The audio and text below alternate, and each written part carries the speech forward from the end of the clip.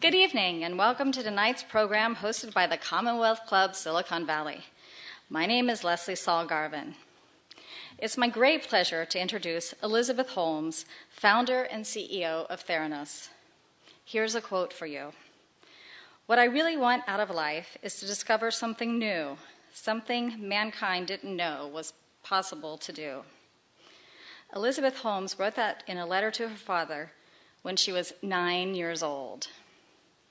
When she was just 19, she left Stanford University's School of Engineering and founded Theranos, a company built around her vision and belief that access to health information is a basic human right. And for more than a decade, Theranos has revolutionized our healthcare system by transforming blood testing and lab diagnostics. Elizabeth's work has been instrumental in passing the first law in our country's history to give individuals the explicit right to directly access laboratory testing. She has more than 80 patents and is listed as a co-inventor on over 100 patent applications. Elizabeth was asked by the White House to serve as a presidential ambassador for global entrepreneurship and is the youngest person to be awarded the Horatio Alger Award. Time magazine recently named her one of the 100 most influential people in the world. Our moderator this evening is Sal Khan, founder and CEO of the Khan Academy. The Khan Academy is a global classroom and learning platform helping over 26 million students in 190 countries learn everything from organic chemistry to computer science to art history. Ladies and gentlemen, please join me in welcoming Elizabeth Holmes and Sal Khan.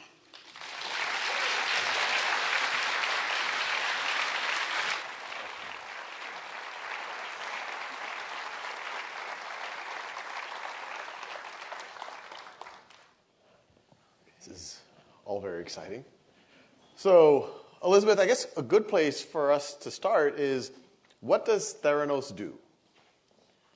Our work is about a basic belief that every person has a basic human right, which is access to actionable health information at the time it matters. And that if we can give people access to actionable health information when it matters most, we can shift our healthcare system and healthcare systems around the world to a paradigm in which prevention becomes a reality.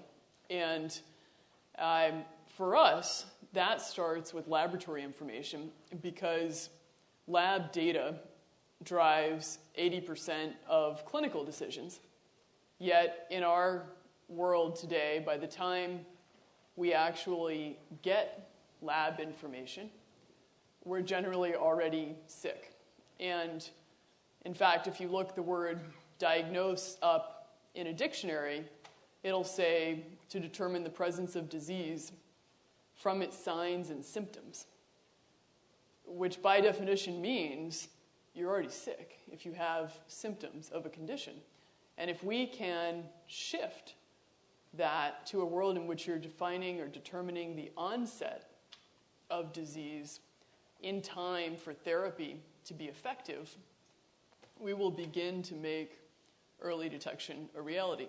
So Theranos is about making that access real, and making that access real in the context of changing the cost paradigm for laboratory testing, making pricing transparent, making pricing the same, irrespective of whether you have insurance or not.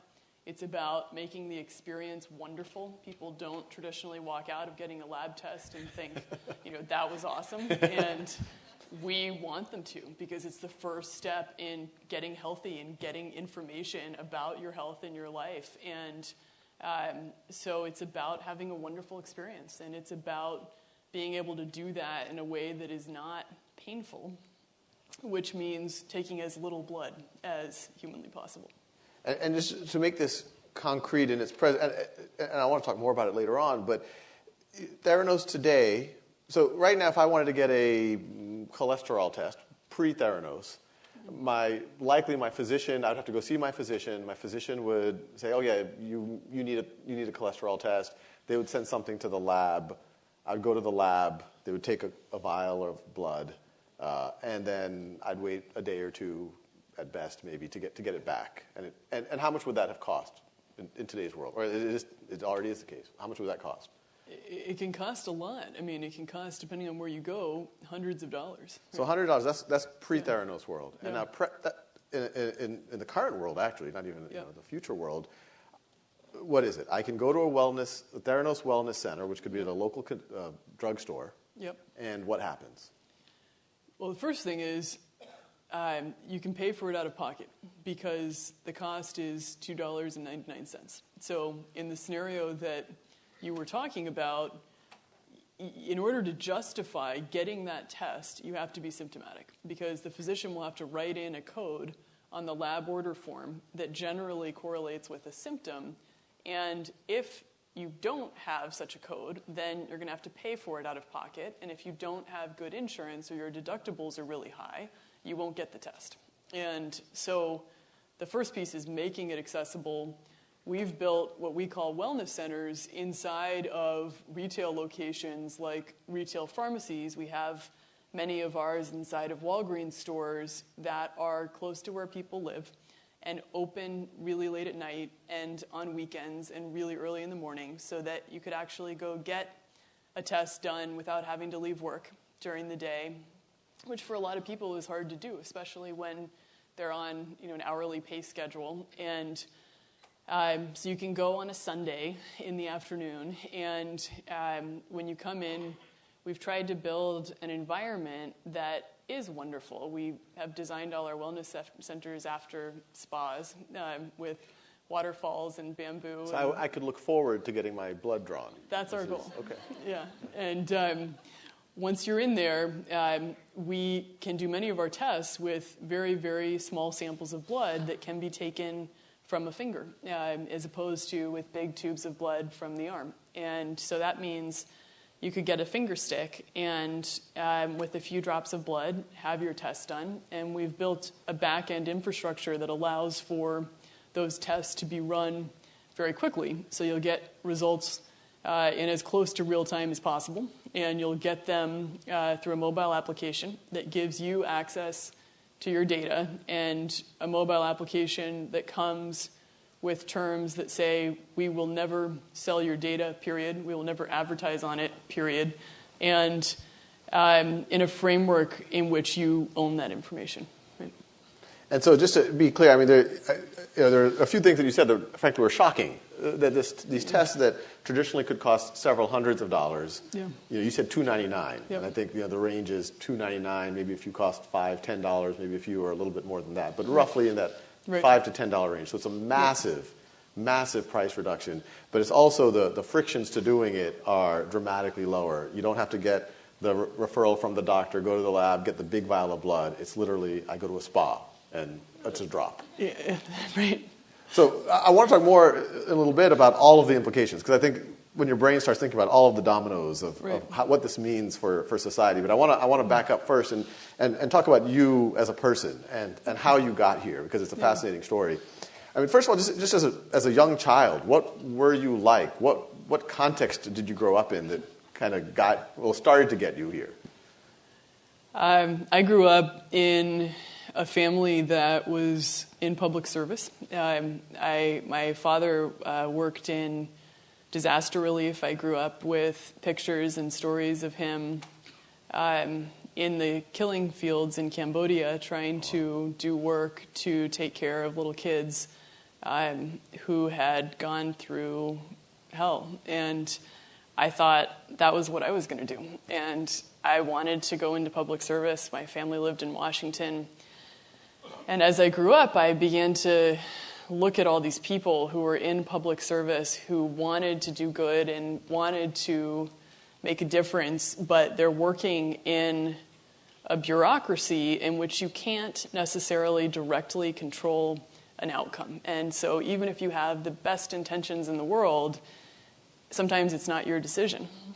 And I started to get really interested at a really early age in this concept that building a business could be a vehicle for making a change in the world and for doing good.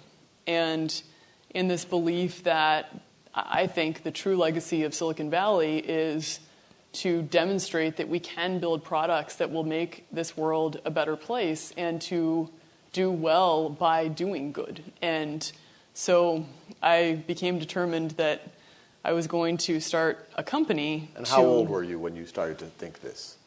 Very young. I was, oh gosh, I don't know, about 10. 10, okay, Yeah. no, that's reasonable. Yeah. Obviously. Yeah. If you said like 8, then I would have been. It would have been highly questionable, yes. Yeah. And so you know, you have this family where you're thinking about how do you, I mean, it's literally your family's literally saving the world, and you're like, well, what's the biggest leverage point for doing this? You're 10 years old, clearly precocious. You're thinking, I want to start a company. Were you at that point thinking, oh, it's going to be involved in science? Were you intrigued by science, or did you think you were going to do something different? I was in love with science. I thought it was the coolest thing, and I was in a family that first never treated me any differently than my brother. When my brother was getting Lego sets and science Older books. Or younger brother? Younger brother. Yeah, I was getting the same thing, and when I walked in to tell my parents that I was developing a time machine and had a development schedule for it, they took it really seriously, and like, absolutely, well, that's coming fantastic. from you, I do take it seriously. That is, I'm sure. But I think that investors out here. that encouragement is so important, especially at a young age, because you ingrain a belief that there's nothing you can't do, and that science is cool, especially when you're in an environment and in a school system where a lot of girls do not think that science and math are cool. And I definitely had that support system, which I'm incredibly grateful for. And I think my best friends, period, were books. Right? I mean, were you unaware of like kind of these kind of social stigmas, and where do you think those social stigmas come from? Why, there is a lot of there's these biases that maybe that's for the brother but not for the sister. Where do you think that comes from, and were you aware of it when you were young? I think it comes from an incredibly early age. I mean, I was driving by. There's a store actually in Palo Alto, which I hope doesn't exist anymore, where it was clothes and gifts for little children, and the name of the store was Little Heroes and Princesses, which by definition means that the princesses are not heroes, right? And when you're 2, and all of a sudden you're being identified with a certain world and a certain set of expectations and a certain way that people think that you're going to be, and I think also when you're coming into a world and you don't have role models who are doing these things. I mean, women who are, founding, multi-billion-dollar technology companies and running them. Yeah, at a very young age, people self-identify with, I could be like her.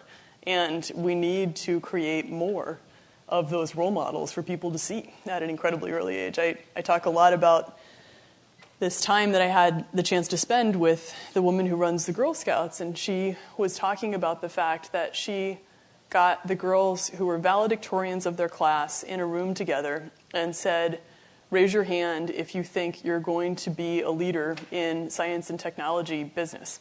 And she said 0 girls raised their hands. And she said these girls were valedictorians of their class. She was shocked by it, and they spent all this time looking at it, and her conclusion was that they could not self-identify with someone that they knew in those positions, and so they assumed that they couldn't see themselves there.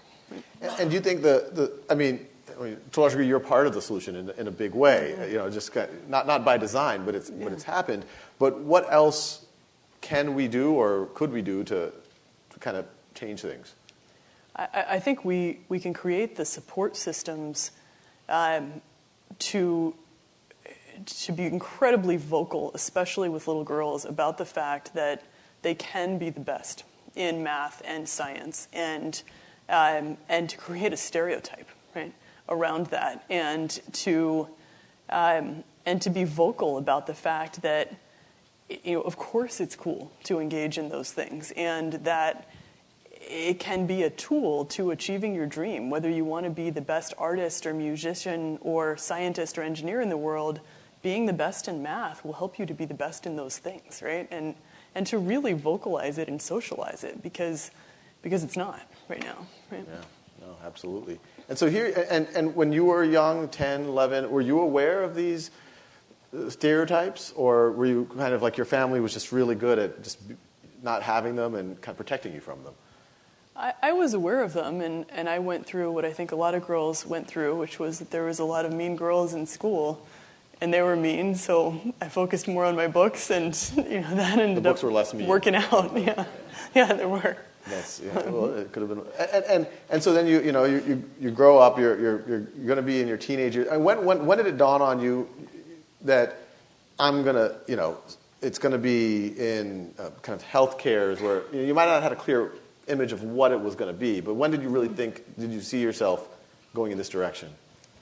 I spent a lot of time thinking about what was it that I could build that I really believed would make the biggest difference with my life. And when you spend a lot of time thinking about that question, what I resonated with was what it means to go through having to say goodbye too soon to someone you love. Because when you go through that, in my opinion, there's nothing that matters more than being able to change it. And there's nothing you wouldn't do to change it. But the way our healthcare system works, we often find that out when it's too late to do something about it. And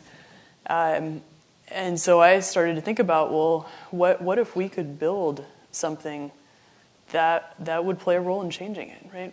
How would you do that? And did you have like an event in your family that was particularly... Absolutely, multiple times. And I think what's so poignant about it is on the one hand how often unexpected it is. When you find someone who's had a heart attack and wasn't expecting it, or someone who's diagnosed with stage 4 cancer, and yet those things are developing from a physiological perspective for years, if not decades, before they're actually diagnosed in our world. And I still can't think of anything that I could do with my life that would mean more than trying to change that. And so that was why I started this company.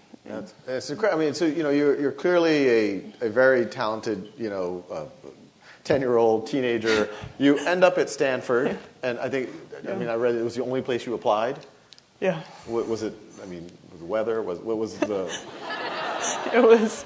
I think that this Stanford and Silicon Valley, I think in so many ways are synonymous, and the people who come here from all over the world, they have different backgrounds, but they have so much in common in that they share a dream and they share a goal to be part of something that makes a difference in the world. And so even when you were applying to college, you're like, I want to go to I want to go to Silicon Valley. That's where I'm going to start this company that I've been thinking about for 8-9 years, and I can do it. This is a good launching pad. And as soon as you show up at Stanford, you start lobbying a department head or a professor in the chemical engineering program to essentially become one of his PhD students. Well, he's here. Oh, very exciting. Tonight, oh, wow. Yes. Yeah.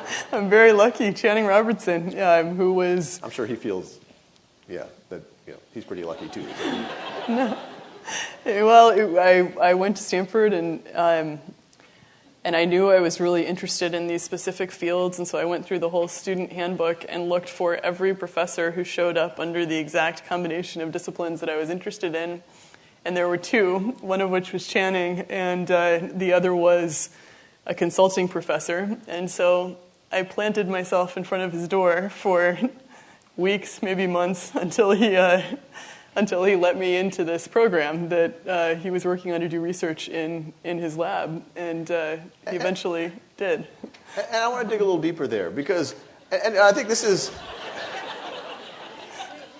when you go to college, especially a college like Stanford, there's so many smart people. And I think what I'm describing is true of men and women. You're like in this intimidating environment, but you weren't. It felt like you weren't intimidated. You said, "Hey, I have this thing I need to do." I mean, did you doubt what you were doing? Did you say, "Hey, why why would this professor talk to me? I'm just a freshman." What was going through your mind when you were doing that? No, I never doubted it. It was just, it was what I felt like I was born to do, And so, I mean, you're talking to someone who is an eternal optimist and also a big believer in this concept that you just keep doing something over and over and over again until you're successful, and that, the 10,000 times in which you fail just mean you're going to get it right the 10,000th first time. And when you say camping out, I mean, was it like you just come every day for a couple of minutes, knock on his door, or what was the degree of camping? It was like sit in the hallway when no one's there until he shows up. Yeah. And you were just like doing your homework or whatever, waiting. And I wish you had a microphone because I'd love to know the other side of this. But and seriously, how long did it take for him to give you a chance? I think it was a few months. We should talk about that. You were. I really wish you had a microphone.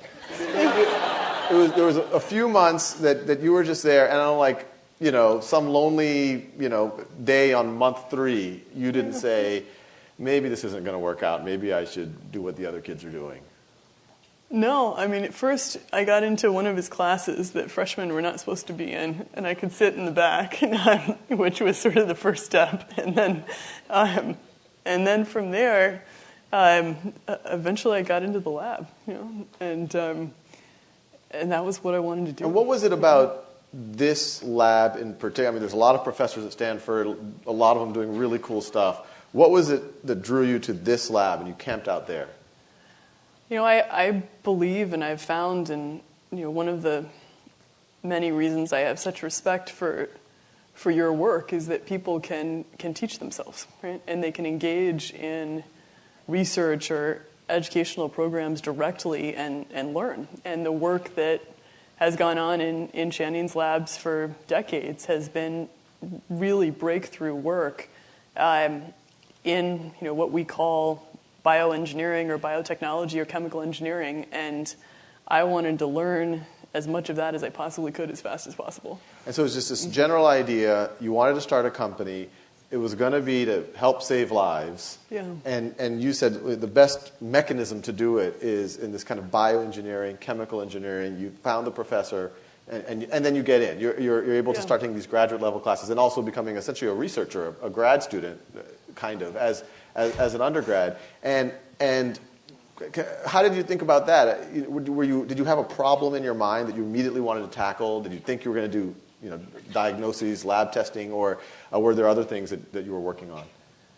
I was very interested in this concept of measurement, right? And how you measure analytes, markers, how you can do that at a micro scale, how you can build biosensors and systems that can be used in that context. And the application of technology in that context, which, I mean, this is a field that really has not applied technology for like 8 decades. And so, understanding what is cutting edge in the context of the problems I was interested in solving was the exposure and the training that I wanted to get. And so you're working in this lab, and it's the summer of your sophomore year. So at that point, how long had you been working in the lab? About a year? About a year. And you're working day and night on something, and you decide that I'm going to drop out. Yeah. What made you do that? I got to the point where I was spending 100% of my time on beginning to build Theranos. And I knew that this is what I wanted to do. And I didn't think that, first of all, I wasn't going to any of my classes, which was problematic. And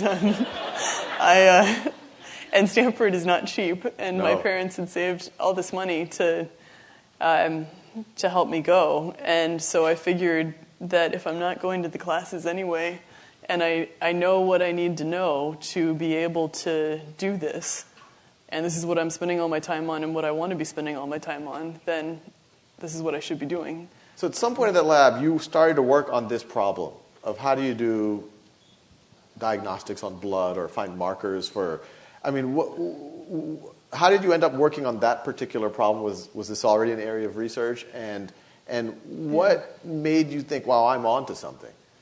Well, I got I guess they called it an award, which was Merck did a grant for students and who had, I don't know, I think we competed for a grant, and I had this idea about a biosensor system, and that won the grant, and so that meant I had, I think, like $3,000 to spend on research, and so that was where I started, and started really thinking through conceptually, well, how would you do this? What could you do? How could you approach this differently? How could you decentralize the access to this information? And once I got far enough along in the context of ideas around that, I filed my first patent, and then what was the patent for? It was for a biosensor system. A biosensor, and it could, okay. For measuring bodily fluid analytes. Okay.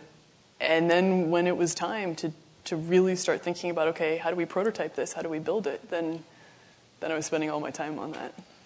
And what I find fascinating about your particular story, I mean, a lot of times when people write about you or talk about it, they're like, oh, this, another Silicon Valley kind of classic dropout story. They'll cite Mark Zuckerberg or Steve Jobs or Bill Gates. But what I think is, to a large degree, extra epic about in the software world, you see your traction very quickly. You build a prototype, you put it out, they're like, oh, people like this. People are signing up to Facebook. There's something here. Or I made this computer and people want to buy the design from me. Or I wrote this operating system and wow, IBM's interested in it. So you see that immediately. But you don't see that immediately in biotech. No. I mean, biotech, you're talking about long cycles. It's heavily regulated. I don't think I can cite anyone who did the college dropout thing with that little visibility. I mean, what gave you that confidence to say, I'm going to go into this field where it's not a website that you made. You're thinking about changing how people diagnose and sense things. Yeah. Well, it's a great question. I think part of it in healthcare that's so hard is that the industry itself really, really does not want to change and is so vested in not changing and is filled with people with a very specific mindset that favors no change. So part of it, I think I've always been advantaged by not understanding how difficult the things I was trying to do were, which was great. Did you think it was going to take you? How long did you think it was going to take you? I thought it would take maybe 3 years. Okay. Right? Which even then, from a software point of view, that would be forever. But it's still. No, we're on year 12, 11. And so you quit. You're working on this. You're working day and night on this. Yeah. And literally, you're working kind of stealth mode. Yeah. For 10 years on this project. So once again, I mean, this isn't a web startup, social media. This is something very, not that those things aren't also a lot of hard work, but this is a very long life cycle.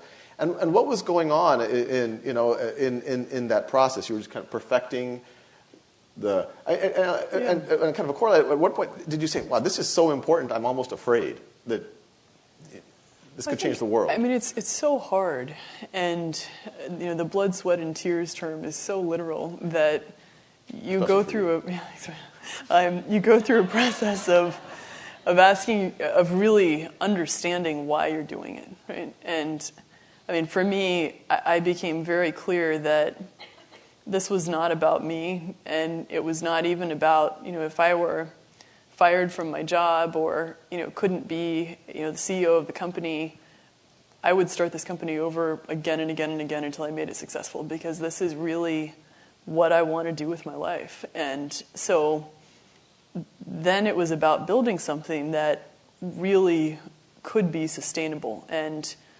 that really influences so many decisions, because if an action doesn't make sense in the context of the long term, we won't do it, right?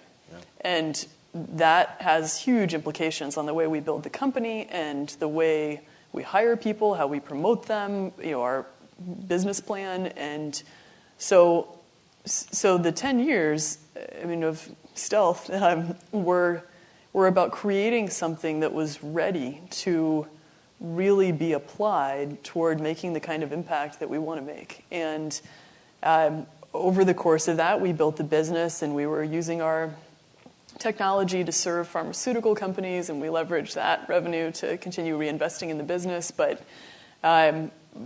for us, this access question, the early detection question, it's not enough to have less blood. It also has to be incredibly inexpensive. And so just because you've figured out how to do a test with less blood doesn't mean now you're ready to go. And we spent years just on figuring out how do you do this in a way in which people who don't have insurance can afford these tests. And that was a totally different engineering problem. And it was not time to begin serving the consumer infrastructure until all those things were ready, because to solve the problem that we're trying to solve, which is early detection, you can't have a box. You need to have a system, and it needs to be vertically integrated. And even during that process, we talked about, you quit your job, you're onto something, you're working on it, but at some point you need resources, you need funding. And did you kind of get your funding from venture-backed Silicon Valley? We did. I tried to find people who had built great multi-billion-dollar companies and who really understood what it meant to do that for the long term. So people who were either personally involved in building those companies or deeply involved in the growth of those companies. And in Silicon Valley, so many of these people in the venture capital community are so focused on, I talk about the fact you go into these meetings and the first question is, what's your exit strategy, right? And you're sitting there being like, well, what about my entry strategy, right? And so we have tried to be very careful about who our shareholder base is, because we really want people who want to be part of this and understand what we're building and understand what this means in the context of the long term, and who believe that the greatest value, both for shareholders as well as for the people we serve with our product, is from what we'll do for the long term.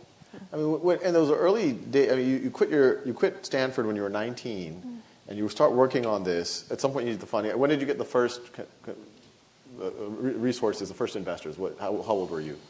19. 19. Okay, yeah. So you get it. Yeah. And this was 2002, 2003. Yeah. The dot-com bubble had burst. The venture. Was it hard? I mean, I can imagine. And people talk about stereotypes in the Valley. Yeah. It's very male-dominated. And on top of that, we're in the midst of the downturn. Yeah. And you're not talking about a traditional Silicon Valley play. You're talking about this bold healthcare. Was there pushback?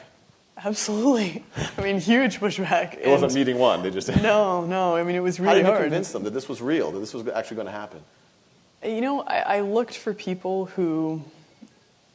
My personal belief is that building a company and the companies that are successful, it's all about the people, right? And if you're going to make an investment decision, what you're really making a decision about is the people, right? And I looked for people who really understood and related to and shared our values in the context of the way that we were approaching this, and who understood what that meant in an operational context. And I was very lucky to eventually find them, but I very much had the mindset that I was going to be told no thousands of times, and that was not a problem, because eventually I would find the people who were right for this, and eventually I did. But I think the number of times that I was told to return to Stanford was very high. And you never once doubted that? I mean, it's hard, right? I mean, and I have tried to devote my life to this, and this has been all I do for a long time. So you're so vested in it because it's so intense, and we work really hard in the context of the time that we put into this. But I knew that this was what I was supposed to be doing, so that it would work out. And so you fast forward 10 years, and Theranos kind of, it surfaces and people learn about it. I mean, what did you think was going to happen, and what was reality compared to what were your expectations? I didn't have any expectations. We made a decision that we would have a website and begin to talk about this, only because we succeed when person by person we make it possible for people to begin getting access to information before it's too late. And we're living in a country in which people don't even understand that they can get access to this information and they can use it to change outcomes. I mean, most people don't know that type 2 diabetes is reversible and that they can use this data to understand changes in lifestyle and changes in behavior and get rid of these conditions like type 2 diabetes or cardiovascular disease. And so, this surfacing for us is about socializing and consumerizing something that has been sort of a forbidden, scary process that, people get their lab results, they have absolutely no idea what they mean, so they don't use them, they don't integrate them into their lives, even though it's perhaps the most important data that they have in their lives. And moreover, in many states, and we and I have been very involved in this, it's illegal to even get lab results, on a direct access basis. And so for us, the surfacing is about beginning to try to get into the mainstream that people have a right to this data and they should be demanding it, and it should be presented in English, not in like medical language, and people can use it and it will change their life. And that's what it's about. And when you become more open with what y'all are doing, what was the reaction of industry? You have several large players, multi-billion-dollar laboratory testing organizations. These are the folks that are charging the hundreds of dollars for each test. Yeah. What has been their response? They don't like us. And it's interesting because we live in Silicon Valley and we think, okay, the way you compete is through innovation, right? But that's not the way they compete. And how do they compete? They compete by saying bad things, right? And making things up and trying to seed that into the press. And that's fine, because person by person, if we create a wonderful experience, I believe ultimately that wins, right? But it is a hard industry to operate in, and I think so much of what we're trying to do is to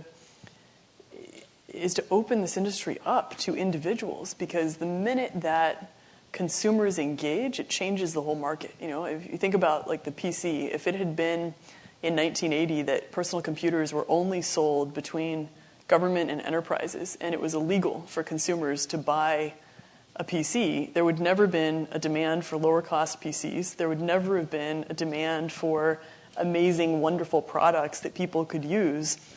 And this is one industry where there's no consumer demand for anything because the consumers are just completely disenfranchised. Yeah. And if we can change that and allow the individual to play a role in the market, it's going to change the market, because even just by publishing our prices, all of a sudden people are starting to ask, well, how much does it cost at that place?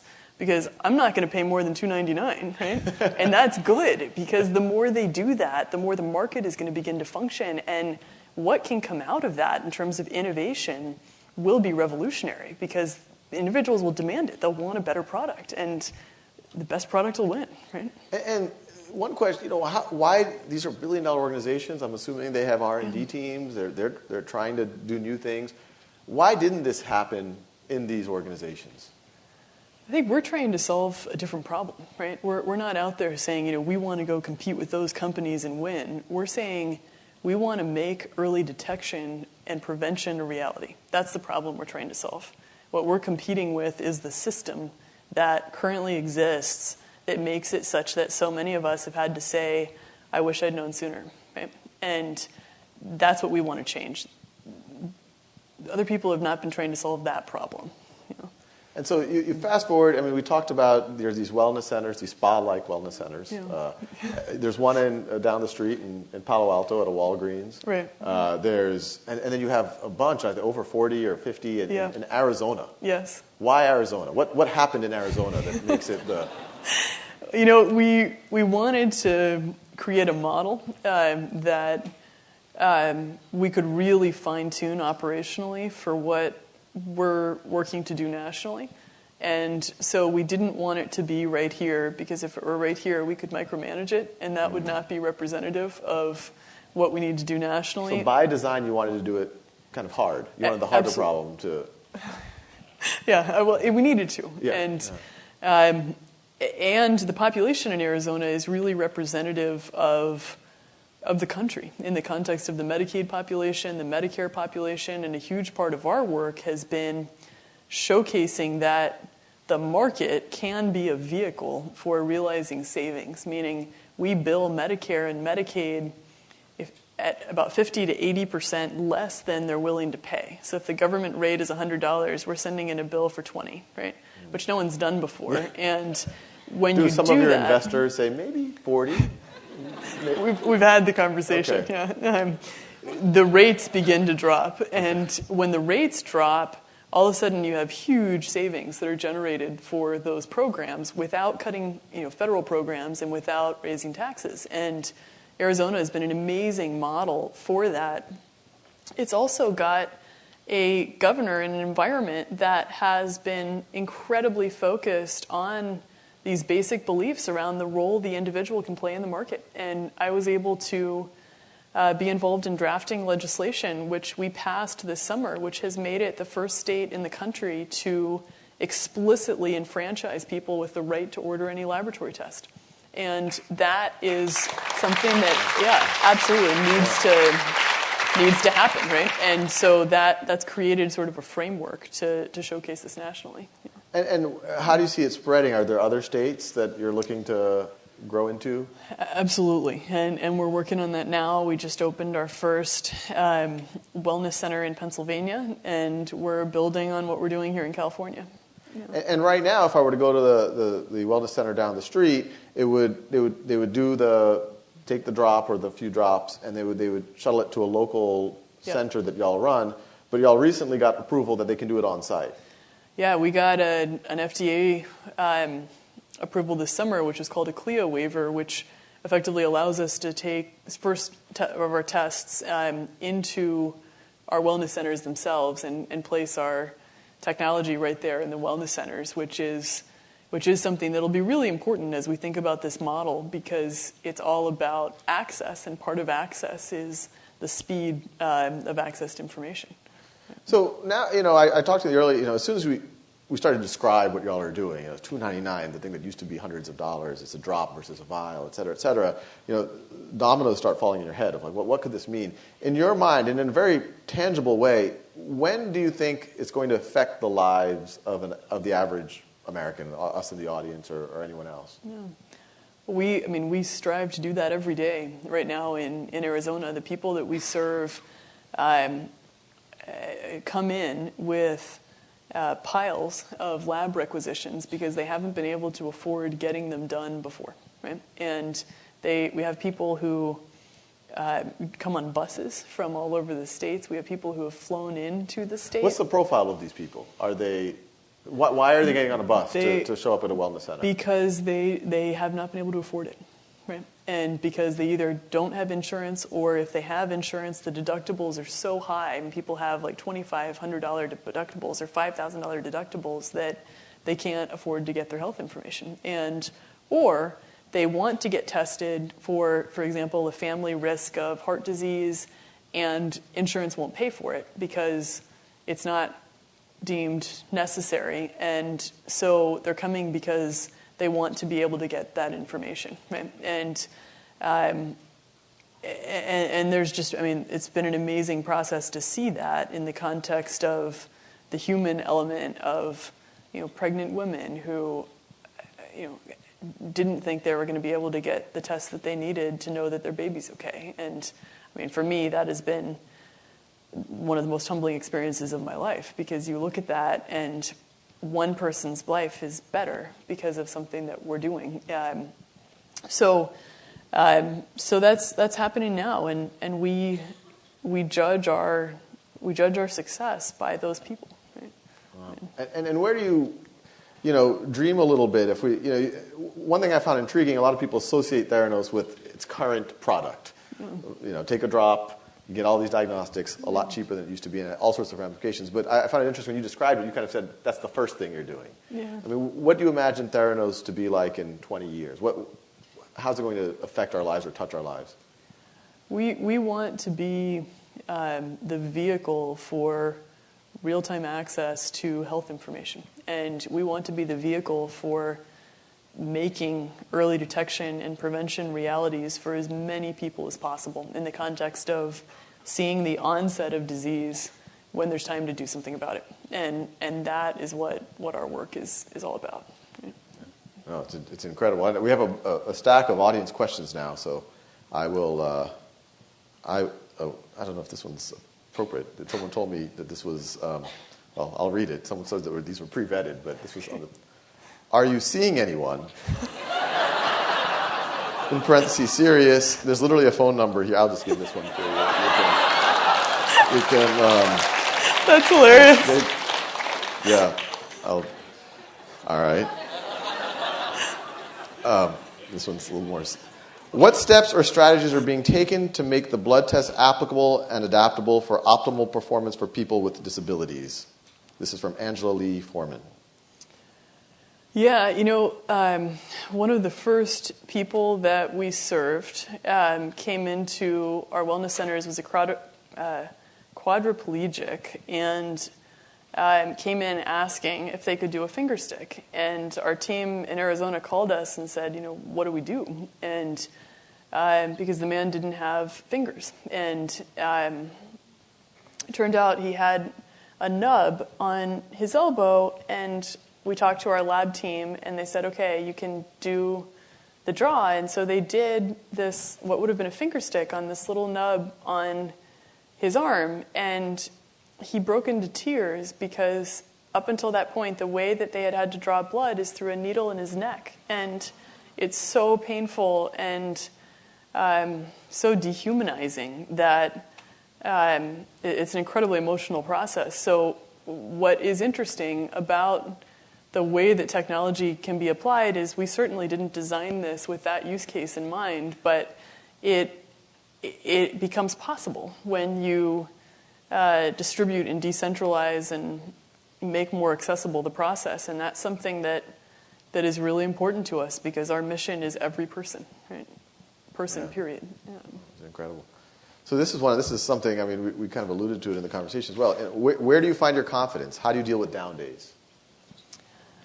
I trained myself when I first started this to never get too excited about anything and also never to get too upset because I figured if I did that, I would go crazy. And everything is so hard and there's good things that happen all the time, and on the same days, horrible things happen. And I've always tried to look at it as waves in the ocean, and they come and they go, and you're still on the same course, and you're still pursuing the same journey, and you just stay focused, head down, and that's it, right?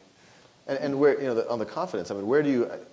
It's frankly incredible some of the things that we just talked about. I mean, do you reflect on that, where this is coming from? I think for any person, when you really find what you love, right? What you would be doing, as I know you know as well as I do, what you'd be doing if no one was paying you, and what you'd be doing if there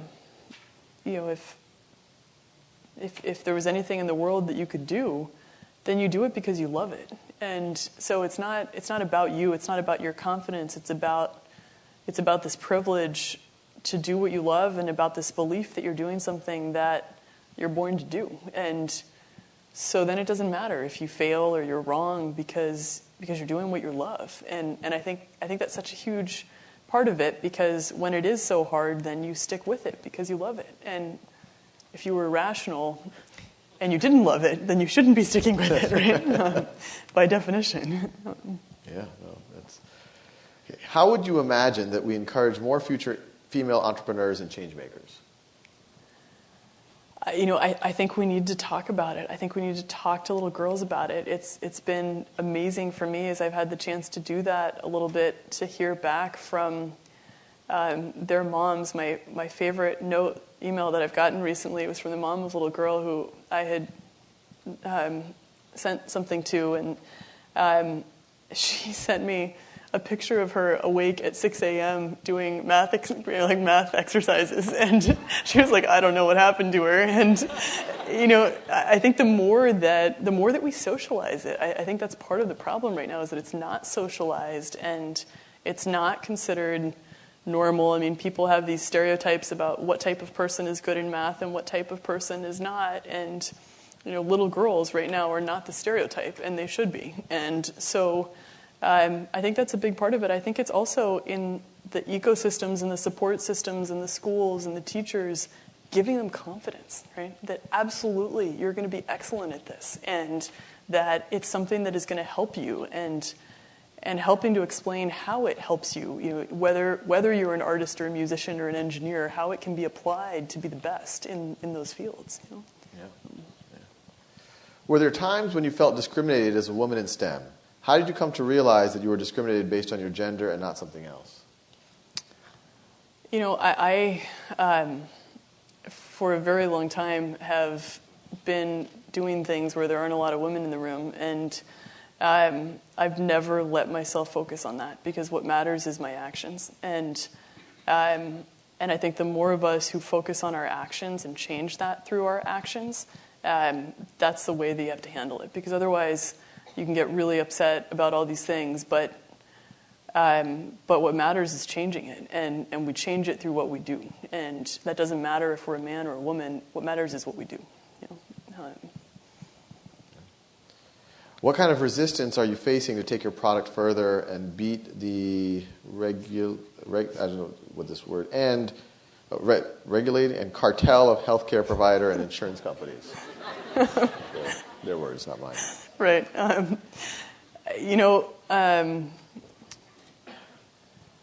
I think on the one hand, because we have sort of staked out this belief that individuals have a right to their own health information, and they have a right to playing a role in the health system, and we're operating in an industry that is designed to disenfranchise people. I mean, I still don't understand how someone can say that I have a right to buy a weapon and kill myself, but I don't have a right to my own health information because I might do something dangerous with it. I mean, it does not make sense to me. And yet, this is a real conversation with,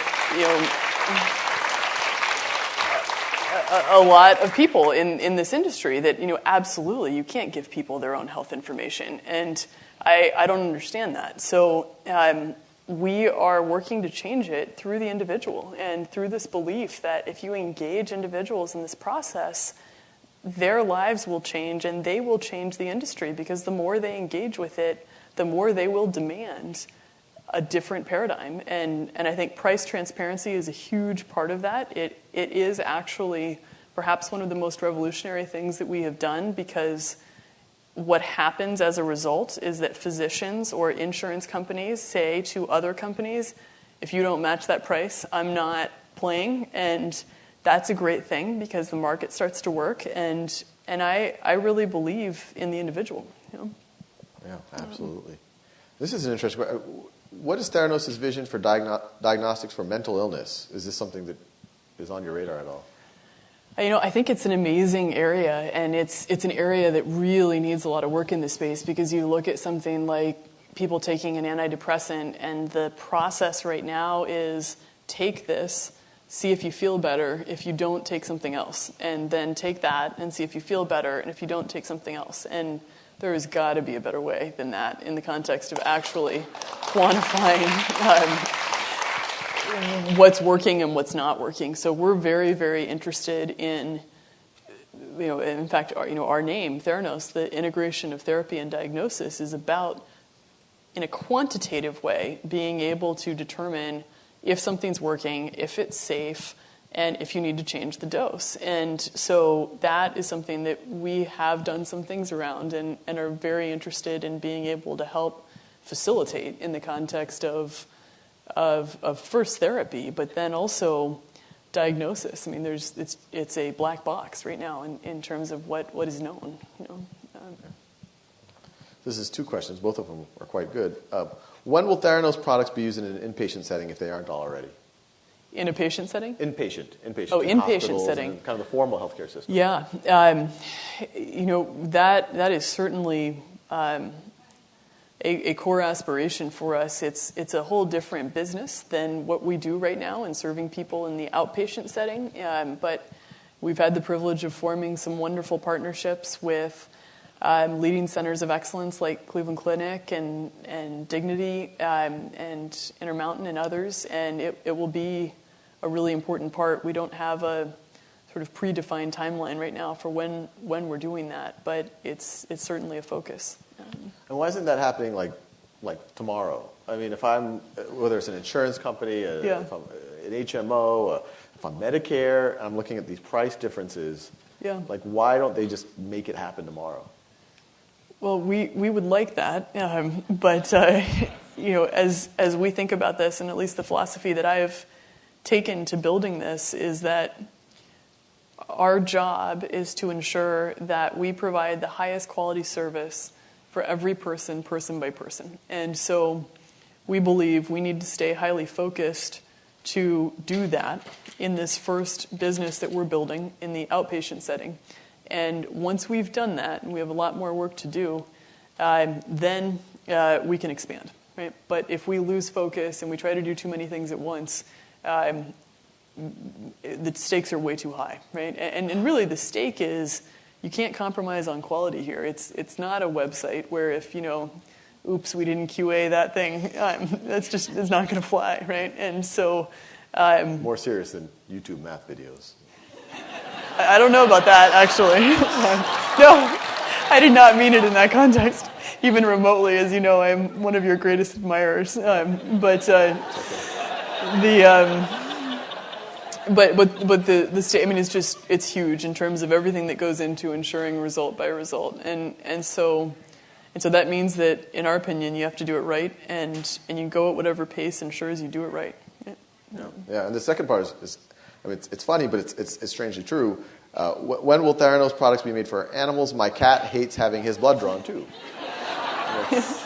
I agree. I agree. It's a good question.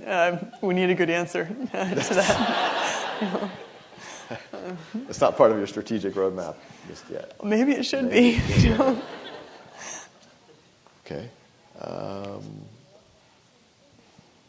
Let's see. This is, someone wants an internship. Let's see. Okay, how important it is to develop a more cross-disciplinary approach to education, and how should we do that? I think you should answer that question. I think it's very important. Yeah. But no, I don't want to take time from you. Yeah, no, I agree with you. I mean, I think it's very important as well. Yeah. And I mean, to a large degree, you're the poster child for cross-disciplinary. I mean, in Silicon Valley, there's a whole tech aspect of what you're doing, but it's healthcare, it's consumer-focused healthcare. So in a lot of ways, even studying Theranos could be a way of seeing how all of these things fit together. Yeah, and I think, I mean, just,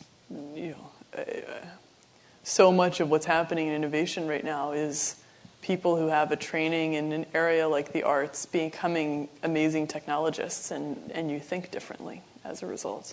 Yeah. So this one says, Elizabeth, now do you continue your studies as a leader of Theranos? What skills do you learn and how? So I try to learn constantly. I should be learning more through Khan Academy, but graduated. No, We do have some interesting things. Yeah, I'll forward you some links. I appreciate that.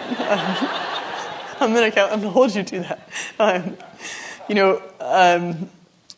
I learn right now. I learn all the time, and I'm learning in the context of being able to surround myself with amazing people. I'm learning in the context of failing and making mistakes. I'm learning in the context of teaching myself, and I've always been a huge believer that you can expose yourself to educational platforms and learn, and I hope I can continue to do that every single day. But for me, certainly, it's been jumping in feet first and learning as I'm paddling.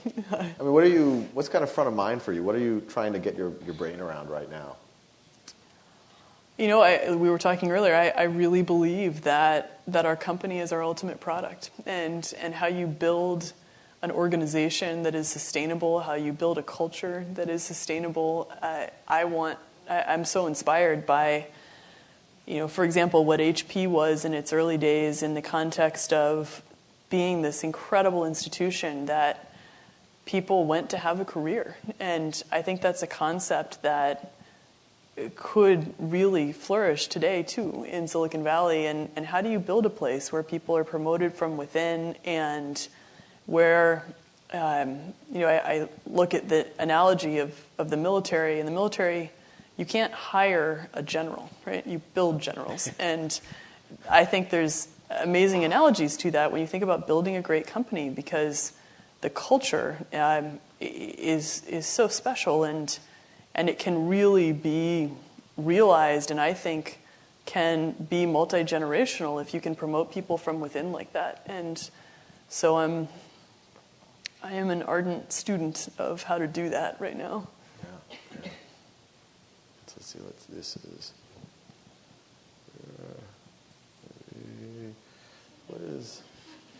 What is the best way to support what you're doing, making medical tests quicker and more affordable?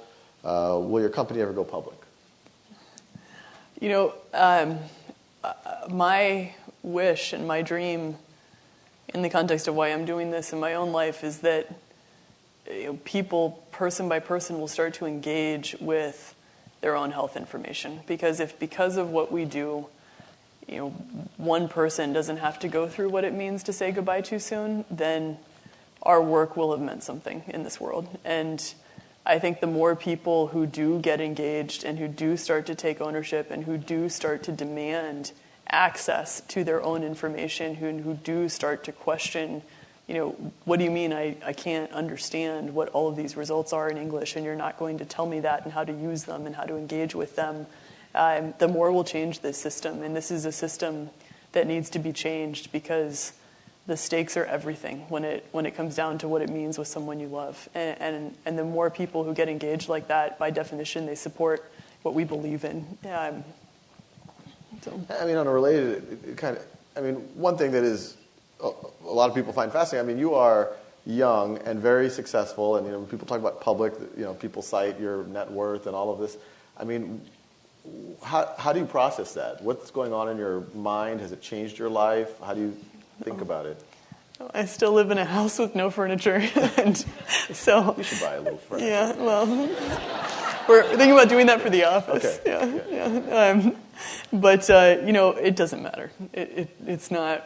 It doesn't change anything in my life, and it's not why I'm doing this, and it's not why people's lives are better because of what we do. And if we ever get confused about that, that'll be a really big problem. Yeah. If you want to furniture shopping, how do you de-stress? What do you do for fun? I work. That's what I do. I love what I do. I've not taken a vacation for a very long time, and I think about it a lot now. And I love what I do so much that it's kind of if you're an artist or an athlete, you don't take a vacation from that. It's just what you are. And I found something that I love, and so that's what I do. Do you recommend that? I do. I really do. I think that I think there's this amazing state that you can be in if you're doing something that you love so much. People talk about your personal life and your work life, and they kind of all become the same because you're one person, and that's who you are. And it's a pretty amazing state because you're doing what you love. Yeah. Our employees can take vacations. Yeah. I know it's a hot topic, and this is an interesting question. I know we have. What should college grads be working on? Oh gosh, I think you keep on trying everything until you find what you are incredibly passionate about, and I really believe that that you'll know it when you find it, and that it's something that you just really, really love doing. And when you find that, just don't let go of it, and keep on it until you see how that can play out within your life. You know? Are there other big problems, big opportunities that you see out there for the future Elizabeth Holmes to tackle? I mean, there's an infinite number, right? Everything in our world. I think this is one of the things that's so interesting if you look at just the trajectory of human civilization as humans. You know, you can read a text from, 500 BC, and the basic human principles and the way that we think haven't changed, but technology has in a huge way, and there's infinite opportunities to reimagine how we live and the tools that we use to solve these basic human problems. And I think what's so amazing about entrepreneurship is it's finding that problem that really means something to you. And I mean, we're reimagining it all the time, right? That's what's so amazing about living here, is that you're surrounded by people who are reimagining everything constantly, right? I agree. Well, thank you very much. This was really an inspiring conversation. Thank you. Thank you for doing it.